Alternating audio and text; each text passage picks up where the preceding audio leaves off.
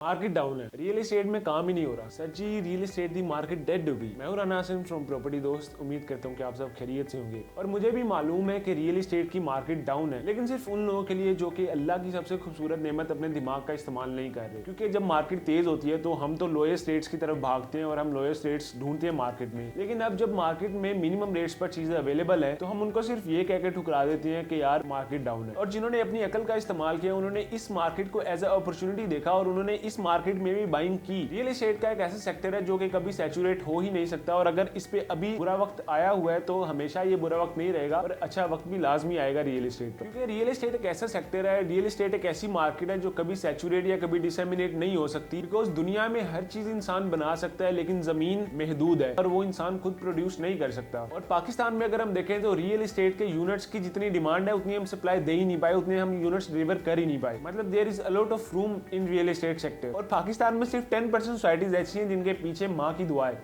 बाकी 90% सोसाइटीज के पीछे तो काले डाले हैं।